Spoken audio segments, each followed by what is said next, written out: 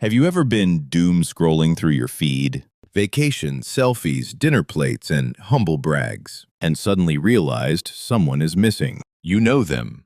You like them. But they aren't here. In a world where everyone is screaming, "Look at me," into the void, some people are perfectly, silently offline. But here is the twist that will blow your mind. Psychology says they aren't hiding. They aren't shy. In fact, they might just be winning at life. Today, Mr. StickMan is decoding the quiet power of the people who refuse to post. When you see a profile with 0 selfies, it's easy to think, what are they hiding? But psychologists point to a concept called high privacy. These people aren't hiding from you, they are protecting their peace from the noise. One person is running around with a megaphone. The other is having a deep conversation. The person with the megaphone gets all the attention. But who is actually happier? The offline soul knows that attention is expensive. They choose control over chaos. Now, let's draw a stick figure in front of a mirror. This is the online self. They are only seeing the reflection of what other people think. Now, draw a stick figure looking out a window at the world.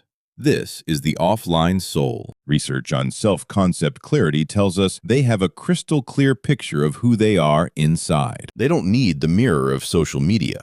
Their validation battery is charged internally. Imagine a boat in a storm, the boat that is constantly moving, waving its flag. It capsizes. The boat that stays anchored survives. People who don't post often display what psychologists call secure self-esteem. They don't post a selfie to ask, "Am I pretty?" They already know the answer. They know the like button is just digital candy. It tastes good for a second, but it rots your brain. Have you noticed the loudest person in the room usually has the least to say? And the quietest person often drops truth bombs? This is the internal locus of evaluation.